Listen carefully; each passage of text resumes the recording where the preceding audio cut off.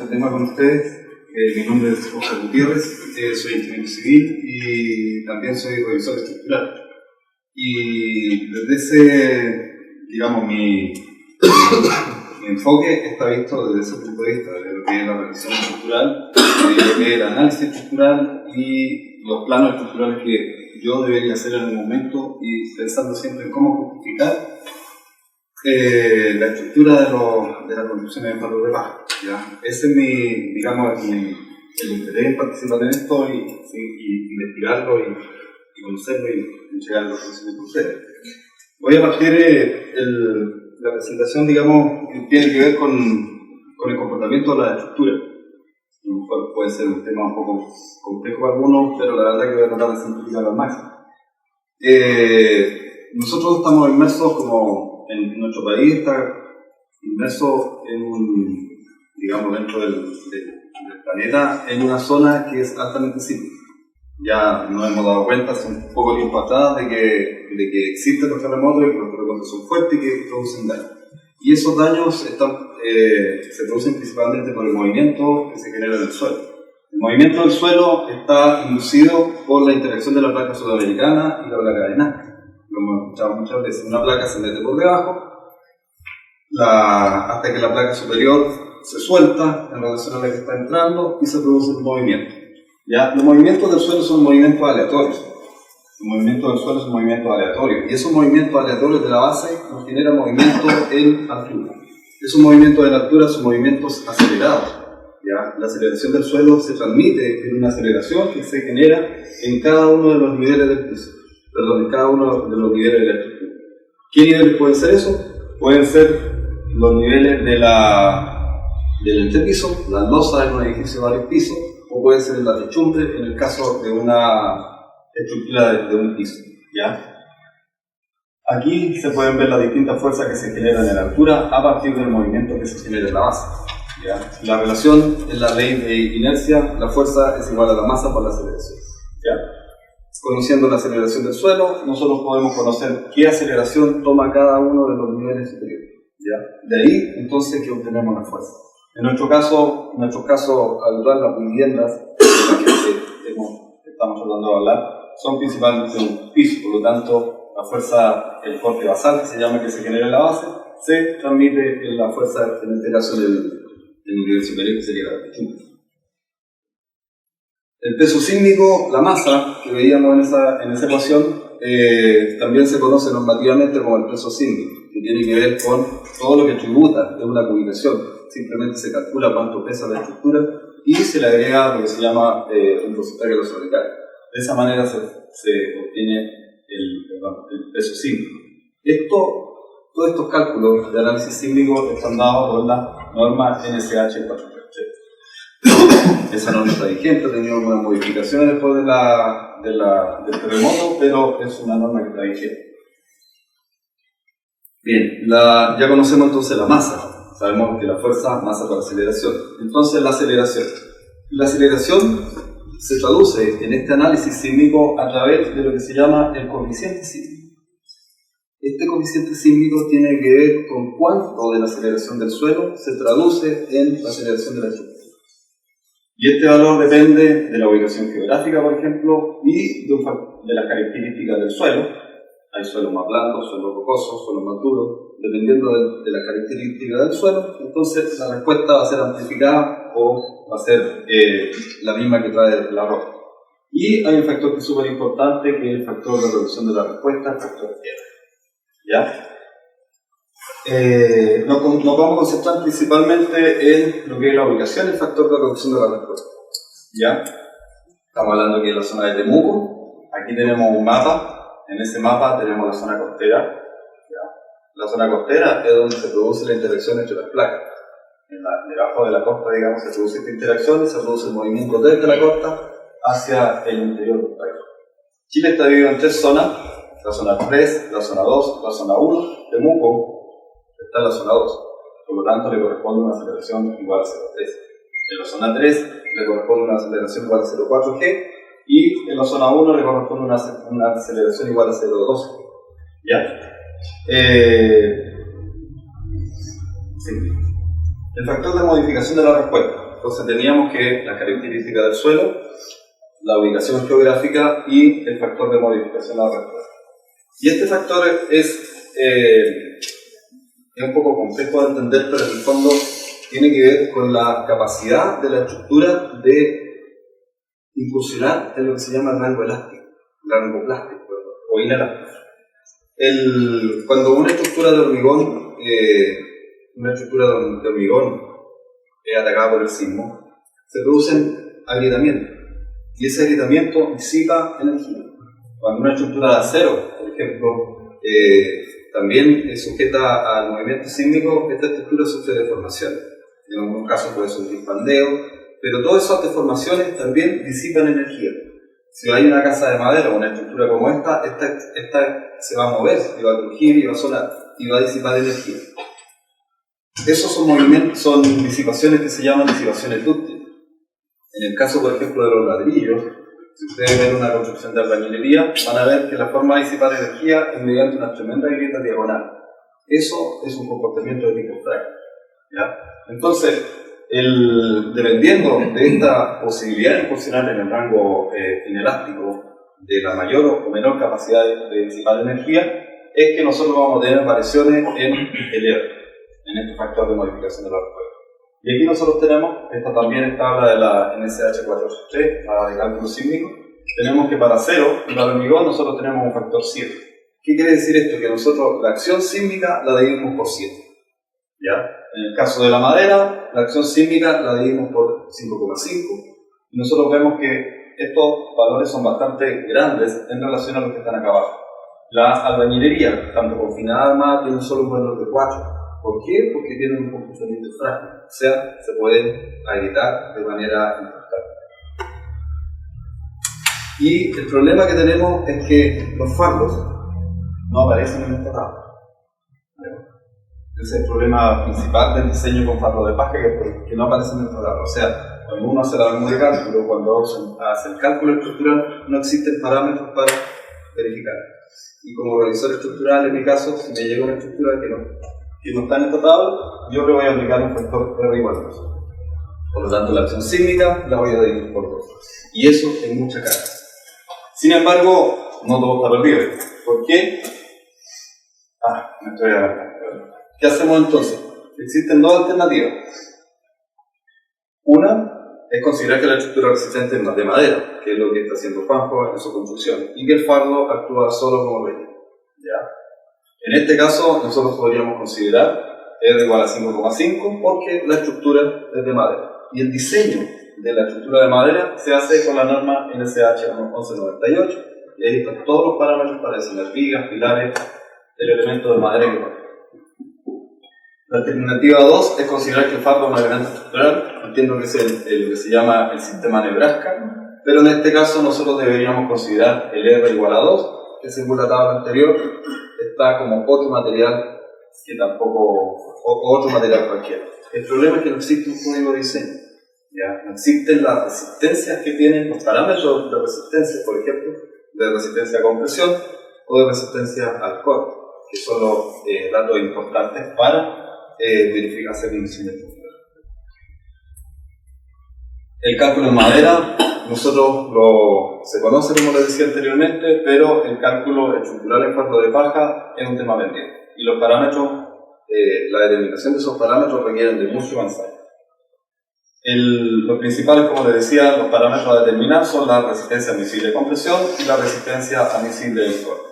La resistencia admisible a compresión tiene que ver con la capacidad de soportar carga vertical y la resistencia admisible del corte tiene que ver con la resistencia lateral al sismo. ¿Ya? El sismo, como vimos en una de las primeras imágenes, genera fuerzas horizontales, fuerzas laterales, y eso genera un esfuerzo de corte. ¿Ya? En las investigaciones que he hecho buscando ahí valores, hay algunos ensayos que se han hecho de algunos parámetros indicativos de la resistencia al corte y de la resistencia a compresión, ¿ya? Con el fardo resistente. Pero en esos casos, en los casos que yo por lo menos he visto en la investigación, es el revestimiento, y yo lo considero como estructural, ¿ya?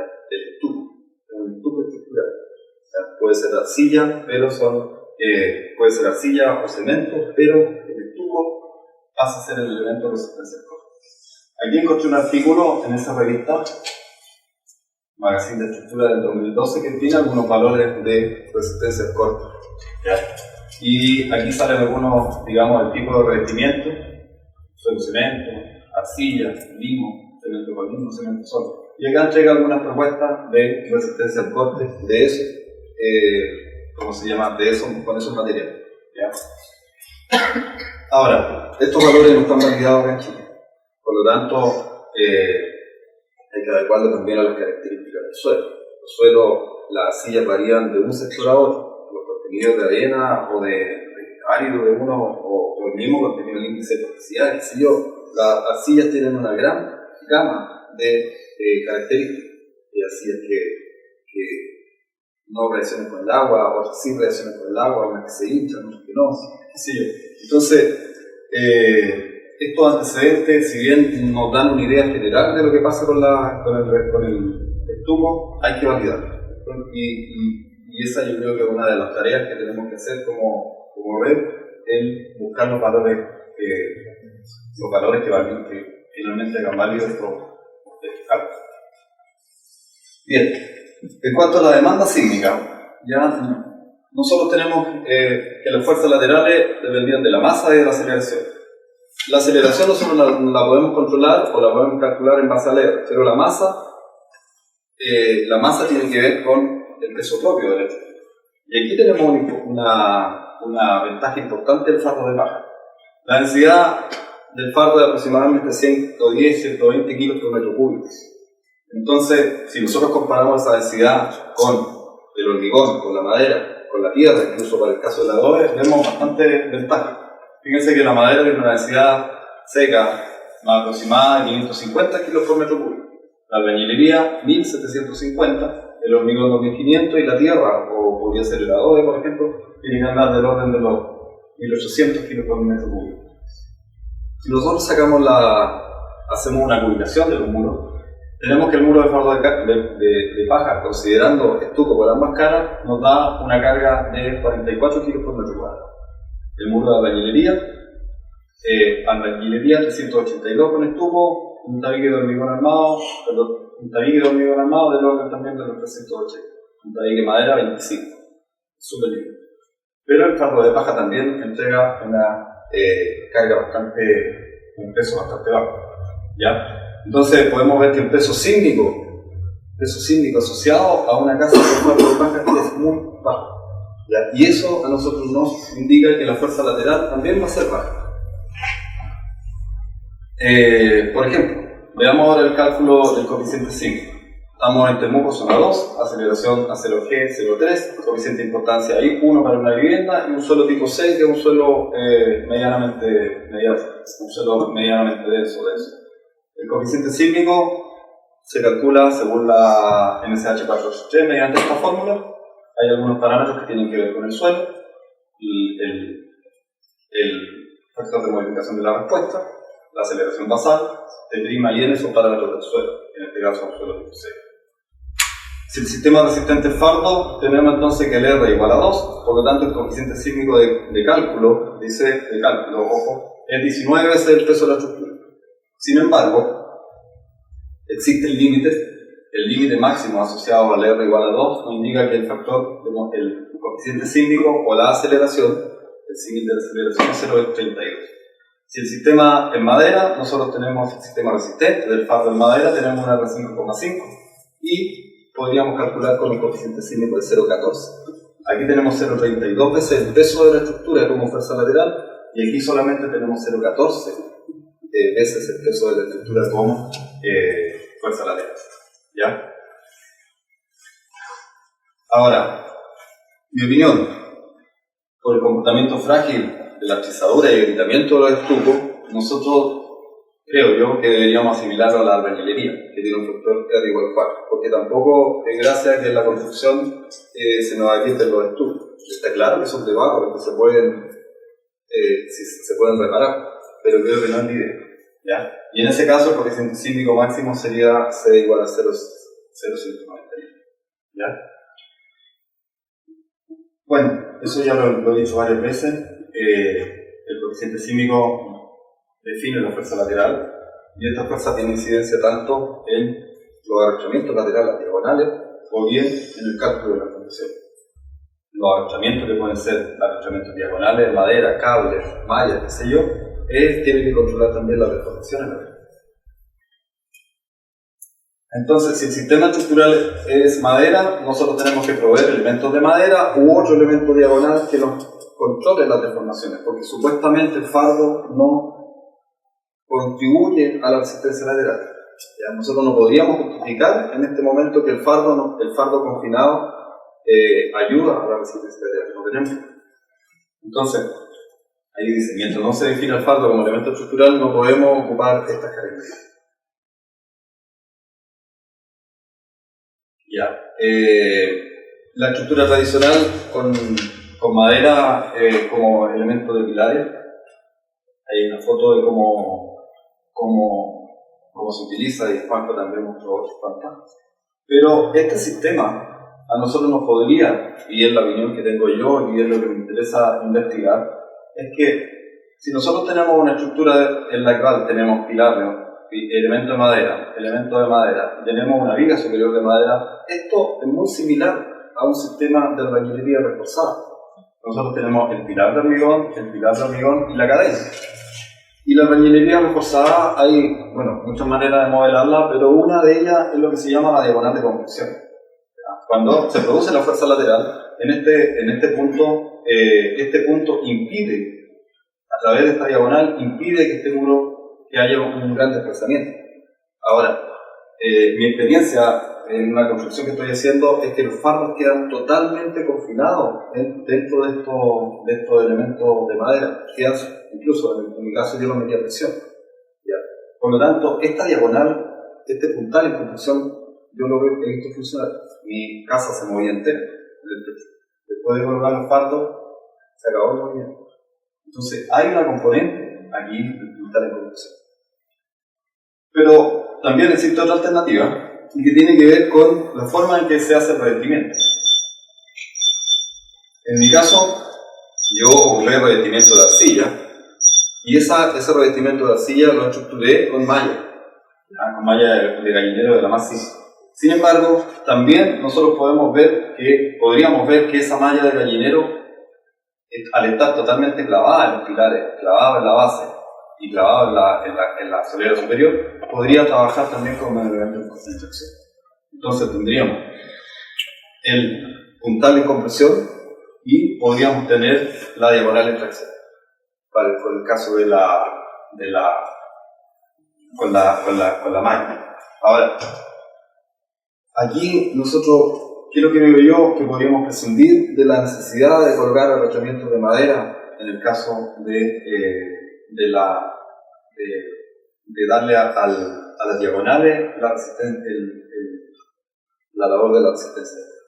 Y bueno, eso es lo que a mí me interesa y le quería transmitir a ustedes, que yo pienso que estas son las alternativas que nos permitirían buscarle alguna función estructural al fardo de paja dentro de la estructura de madera.